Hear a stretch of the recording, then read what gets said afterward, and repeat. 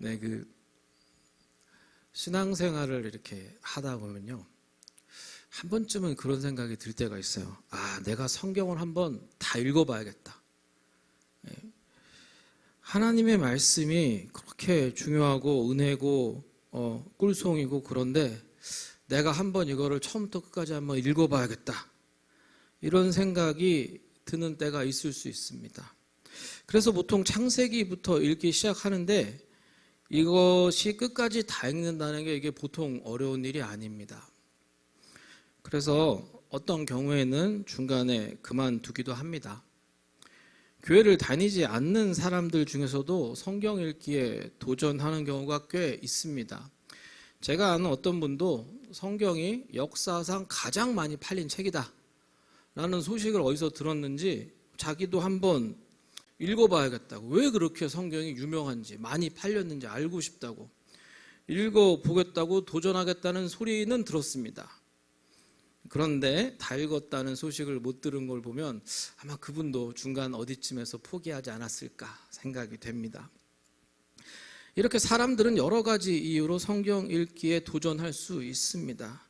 그런데 신앙생활을 하는 저희에게 가장 중요한 이유는 아마도 하나님을 더 잘 알기 위해서, 하나님의 뜻과 계획을 깨닫기 위해서, 그래서 하나님을 더 잘 믿기 위해서, 다시 말하면 우리의 신앙을 성장하기 위해서가 가장 중요한 목표가 아닐까 생각을 합니다.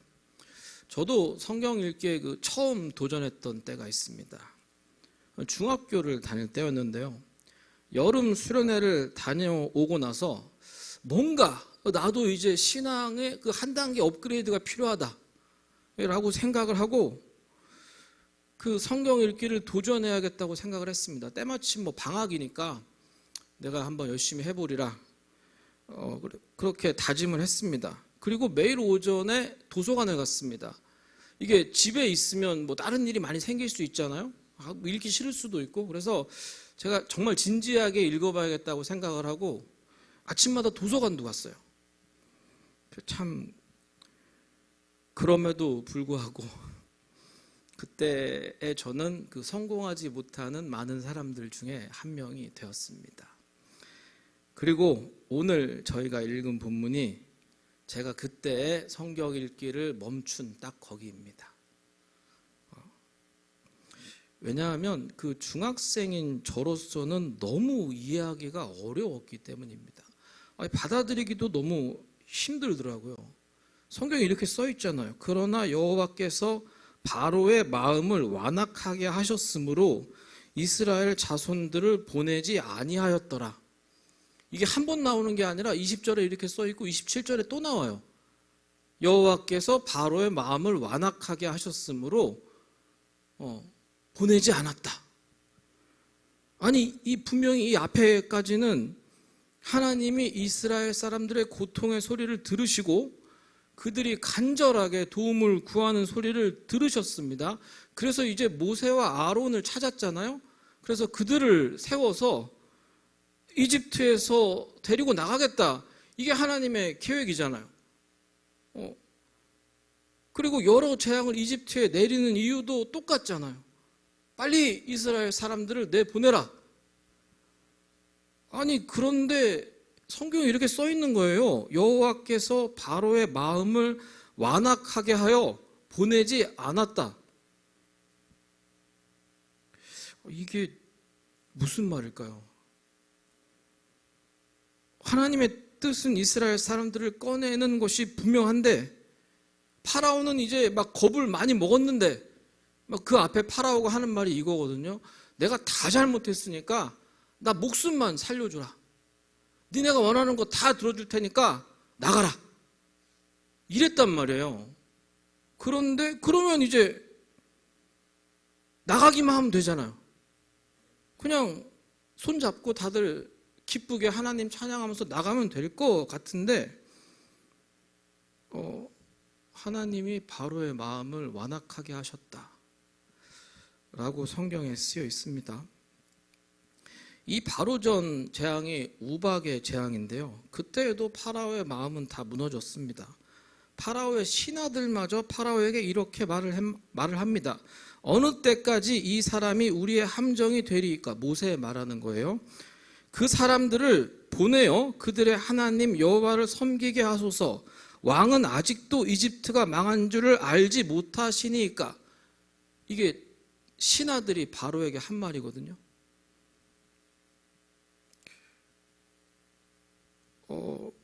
그런데도 바로가 거절해요. 파라오가 거절을 합니다. 그런데 우박 때도 많이 힘들었는데 이제 메뚜기 재앙이 저희가 오늘 읽은 건데요. 너무 힘들었나 봅니다. 그냥 조건 없이 보내주겠다고 말을 해요. 파라오가.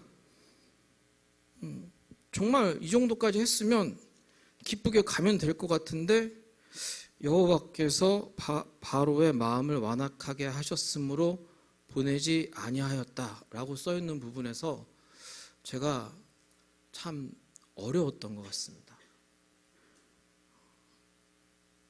아니, 파라오의 마음을 움직일 수 있는 능력이 하나님에겐 있을 거 아니에요.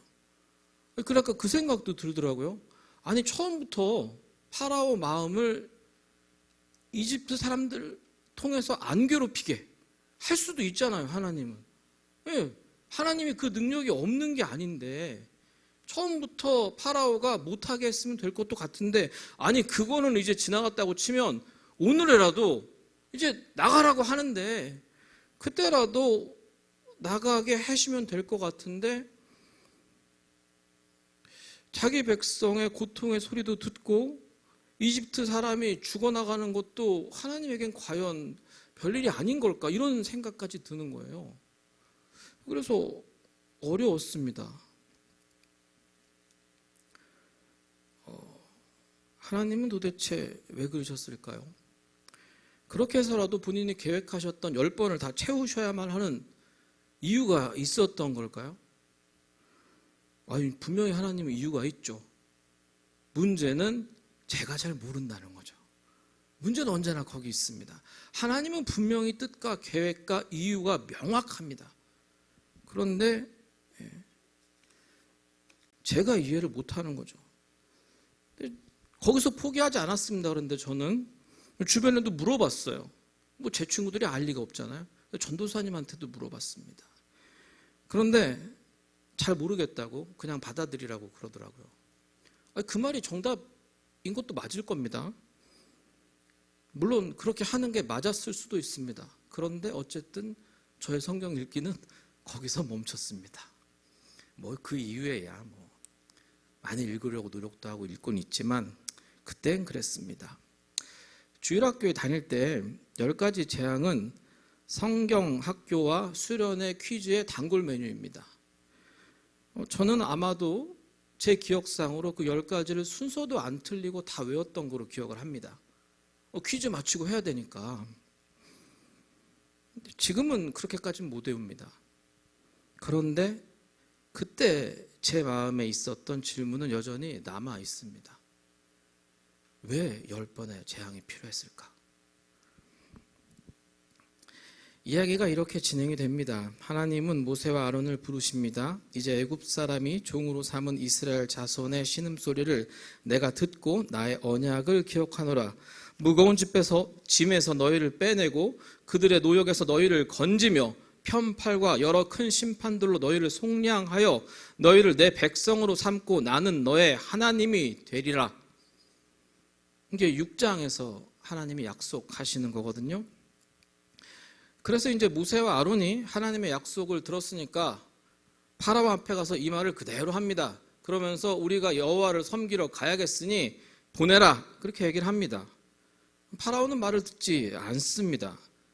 그리고 그때부터 재앙이 시작이 됩니다. 첫 번째 재앙은 나일강이 피로 변하는 것이었습니다. 그런데 이집트 요술사들도 그걸 따라했다 라고 성경에 쓰여 있어요. 그러니까 뭐 파라오가 괜찮죠, 이 정도는. 두 번째는 개구리가 온 이집트를 뒤덮었습니다. 또 요술사가 따라했습니다. 그런데 이번에는 파라오가 조금 힘들었는지 개구리를 없애주면 보내겠다고 합니다. 그런데 개구리가 다 죽자마자 마음을 딱 바꿉니다. 안 보내겠다. 세 번째는 이집트의 온 땅의 티끌이 다 이의가 되어서 가축과 사람을 괴롭혔습니다. 이번에는 요술사들이 못 따라했어요. 그러면서 이렇게 말합니다. 왕이요, 이거는 아무리 봐도 하나님 권능 같습니다. 우리는 못하겠습니다. 근데 파라오는 듣지 않았습니다. 네 번째는 파리 때입니다. 이번에도 힘들었는지 파라오가 제안을 먼저 합니다. 하나님께 제사를 드려라. 단 이집트를 떠나지 말고.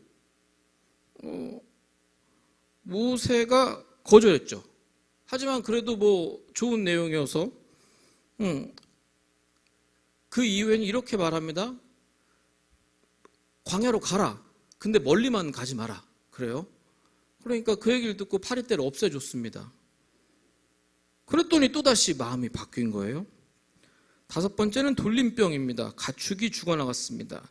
그래도 파라오는 여전합니다. 여섯 번째는 악성 종기가 났습니다. 사람과 짐승에게 모두 났어요. 그런데 파라오는 또 거절합니다. 일곱 번째가 우박입니다. 저희가 읽은 본문 바로 전에 있던 거예요. 파라오는 조건 없이 항복하겠다고 합니다. 그런데 우박이 그치자 다시 마음을 바꾸게 됩니다.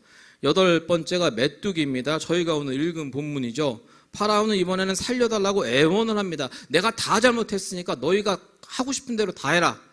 그렇게 얘기를 해요. 그런데 여기서 이게 등장하는 겁니다. 여호와께서 파라오의 마음을 완악하게 하사 보내지 아니하였다. 아홉 번째는 흑암이었고 여기서 또다시 여호와께서 파라오의 마음을 완악하게 하셨다라는 표현이 나옵니다. 그리고 열 번째는 우리 모두가 알고 있는 유월절입니다. 장자를 다 죽였죠. 그 이집트 땅에 있는 파라오의 아들도 죽었습니다. 그리고 이제 이스라엘 사람들은 완전한 자유를 보장을 받고 그들의 모든 재산과 가축들까지도 가지고 나가게 됩니다. 거기에 더해서 이집트 사람들에게 은금 폐물과 의복과 자기들이 원하는 건 이집트 사람 손에 있는 거 다 뺏어서 나갑니다. 당당하게. 네. 그렇게 하나님의 일이 이루어집니다. 그렇다면 이 10번의 재앙도 당연히 하나님의 일입니다. 처음부터 하나님이 계획하신 일이었기 때문에 이 일은 파라오가 어떻게 반응하느냐에 따라서 달라지지 않습니다. 하나님이 10번을 계획했으면 파라오가 중간에 포기를 하던 뭘 하던 무조건 이루어지는 거예요. 왜? 그게 하나님이 일하시는 방식이니까요. 저희가 지난 시간에 함께 배웠습니다. 80년의 시간이 누군가에겐 너무 길고 고통이고 막 그럴 수 있어도 하나님은 본인이 계획하신 그때가 되면 반드시 움직입니다. 왜냐하면 하나님이 고려해야 되는 건 한 명 한 명 모두니까요.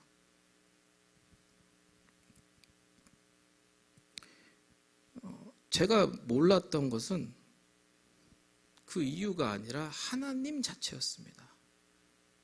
제가 하나님을 잘 이해하지 못해서 받아들이지를 못한 겁니다. 하나님은 원래 이렇게 일하시는구나. 하나님은 내가 이해하려고 하는 스케일을 훨씬 넘어서시는구나 라는 걸 그때도 알았더라면 내가 모르지만 큰 뜻이 있겠지 그러고 넘어갔겠죠.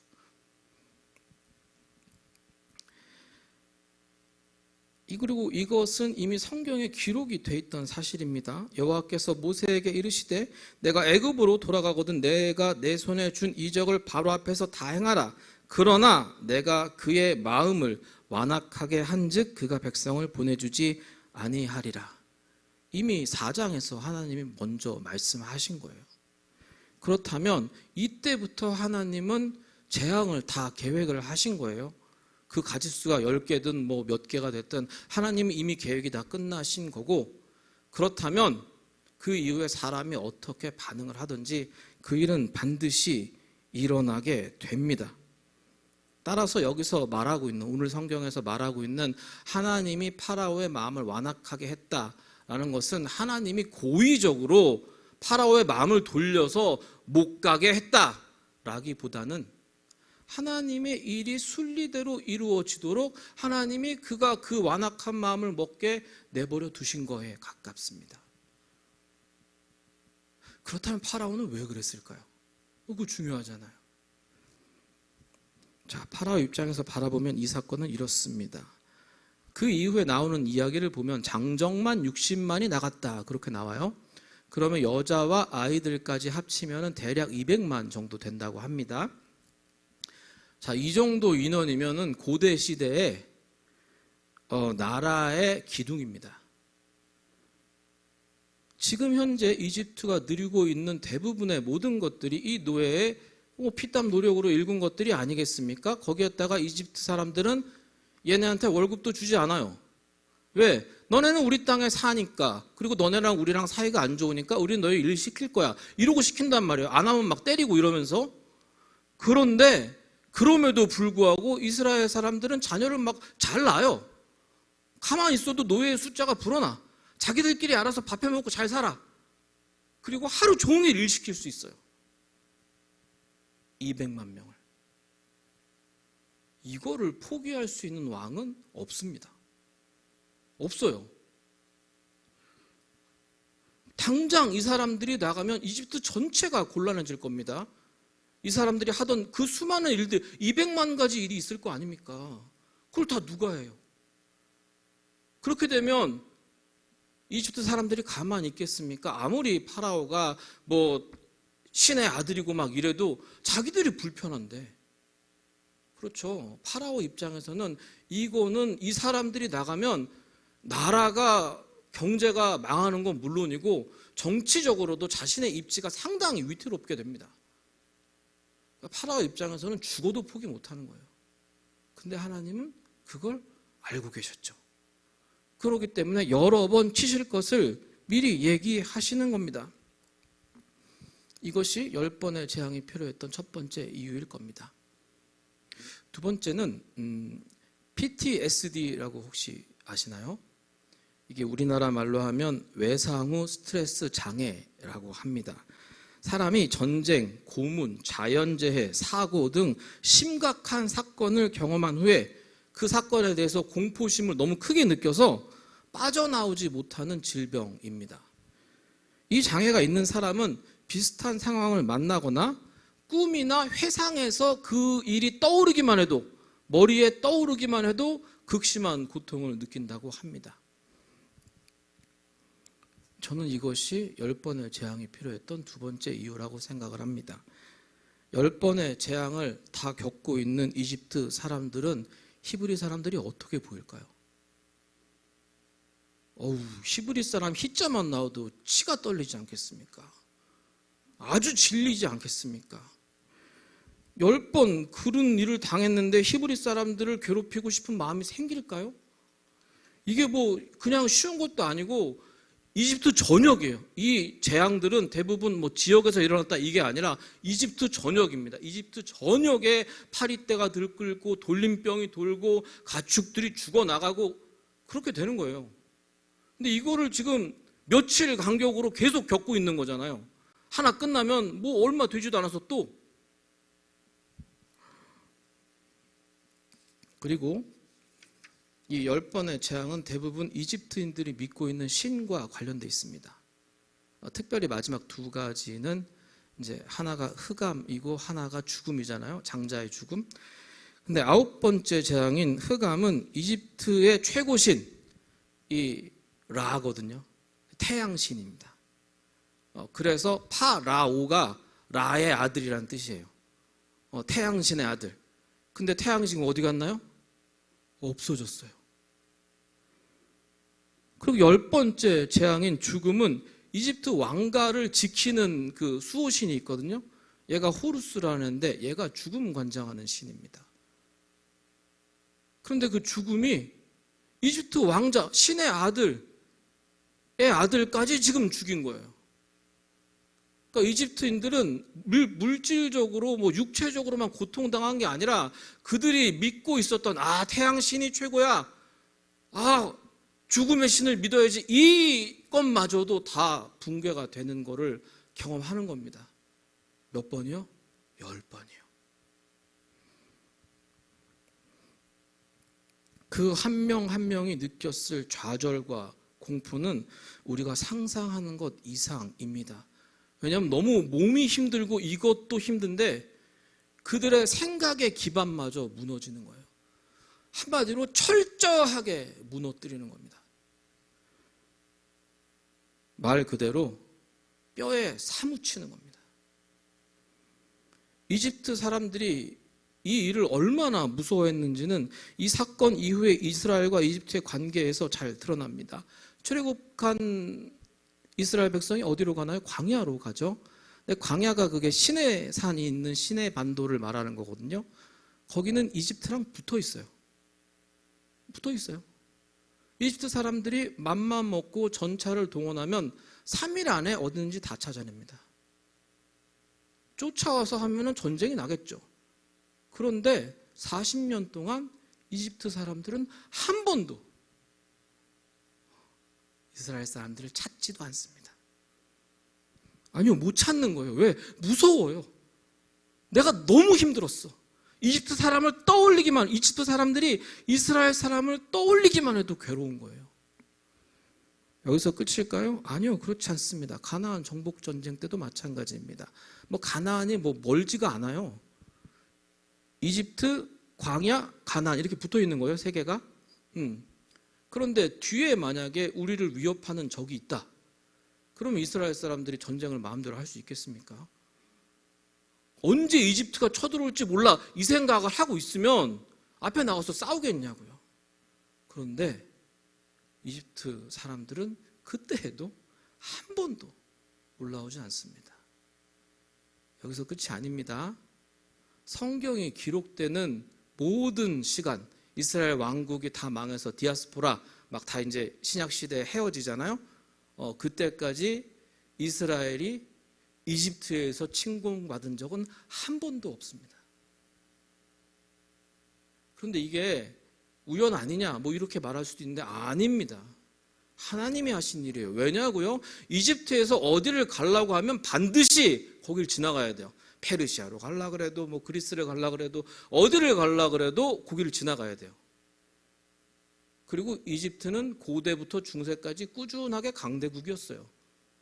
근데도 한 번도 이스라엘을 건들지 않습니다. 다른 주변 나라들은 막 전쟁 많이 하잖아요, 이스라엘이랑. 근데 이집트는 성경이 기록되는 그 시간 동안에 한 번도 이스라엘을 괴롭힌 적이 없습니다. 하나님이 그렇게 만드신 겁니다. 그들의 뼈에 하나하나 새긴 거예요. 이스라엘의 하나님이 얼마나 위대한지, 강력한지, 그들에게 대항하면 어떻게 되는지를 가르쳐 주신 겁니다. 왜요? 이스라엘 사람들을 보호하기 위해서. 그들이 광야에서 훈련받는 동안, 가나안 가서 정복전쟁 하는 동안 안전할 수 있게요.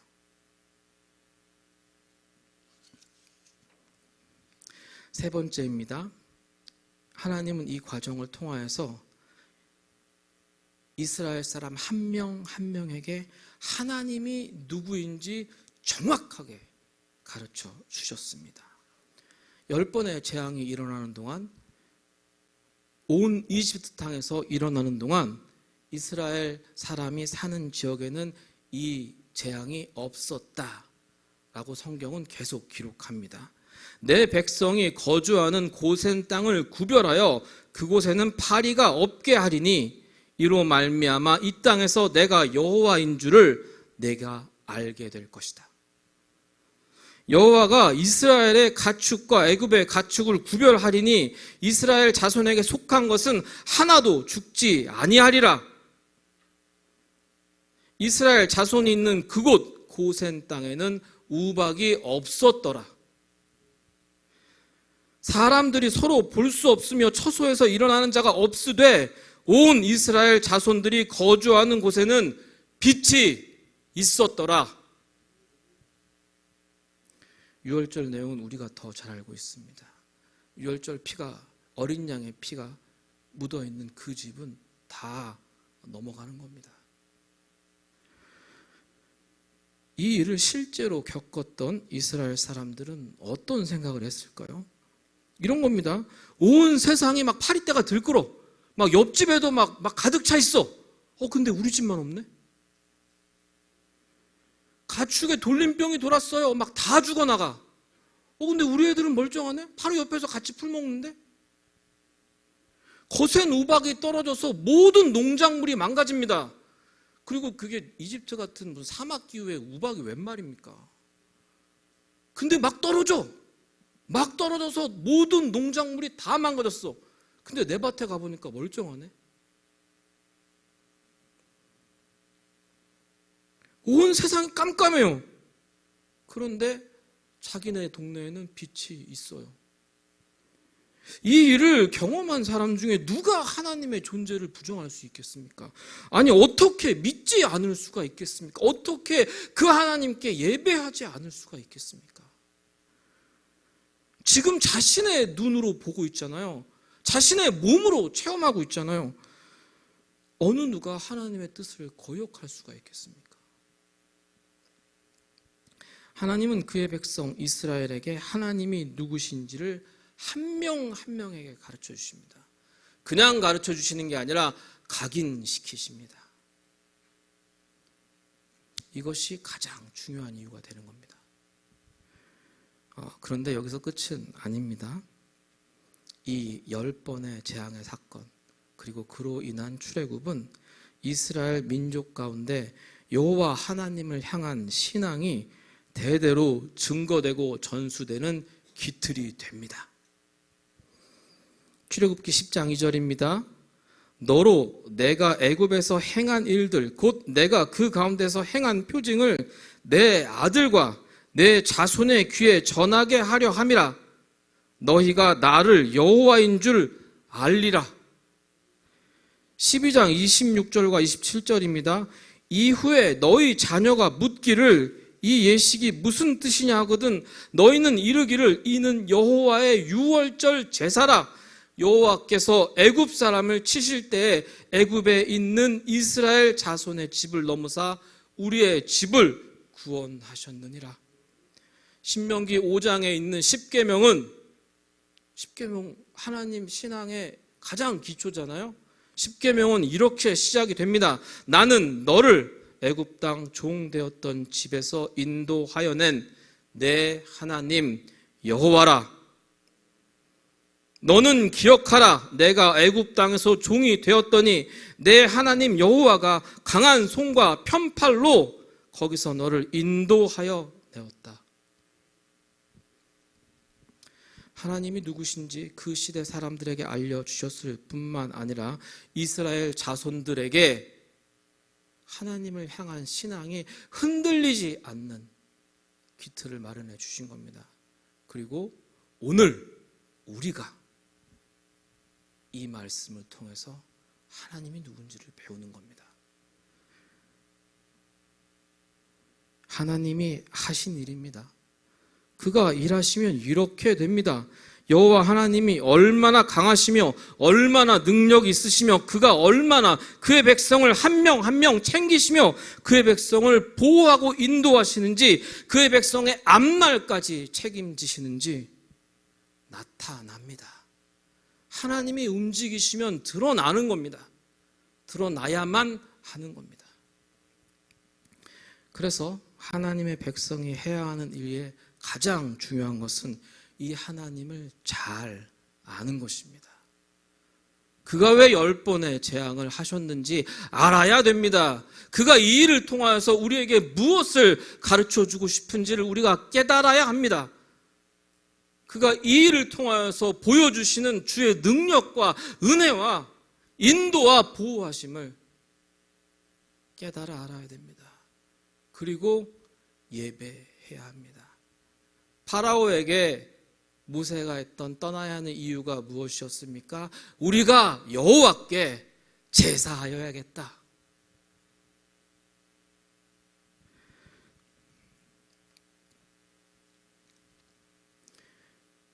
그렇습니다. 하나님을 아는 것이 시작입니다. 제대로 아는 것이 신앙의 기초가 됩니다. 그리고 알면 반드시 예배하게 되어 있습니다. 깨닫는 것이 클수록 그 은혜의 크기를 더 깊게 체험하게 될수록 예배 자리로 나오게 됩니다. 그리고 반드시 이것을 자녀에게 가르쳐야 됩니다. 오늘 계속 나오잖아요. 네 자녀가 묻거든 가르쳐줘라. 왜? 우리 지난 시간에 배웠잖아요. 하나님은 그 자녀 옷 다 입혀가지고 손잡고 나가시기를 원합니다. 단지 너의 하나님이 아니라 이스라엘의 하나님, 그렇게 되셔야 됩니다. 그래야 오늘 사는 우리도 그 하나님 믿고 따라가는 거 아니겠습니까?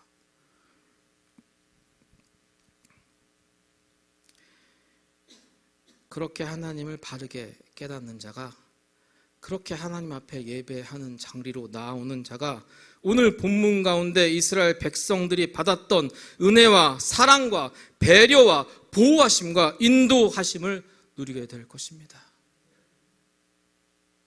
우리가 이 사람들처럼 깨닫고 이 사람들처럼 고백하며 이 사람들처럼 예배할 수 있다면 그 하나님의 능력이 우리 것이 되는 것입니다. 그리고 알았다면, 경험했다면 우리는 반드시 우리의 자녀에게 가르쳐야 합니다. 이것이 10번의 재앙이 필요했던 이유입니다. 신실하신 하나님을 믿고 신실하신 하나님을 붙잡고 그 신실하신 하나님을 따라가는 우리가 되기를 소망합니다. 그러기 위해서는 깊게 그 은혜를 깨달아야 합니다. 깨닫게 하시는 주의 은혜가 오늘 우리에게 함께 하시기를 예수 그리스도의 이름으로 축원합니다. 저희 함께 기도하겠습니다.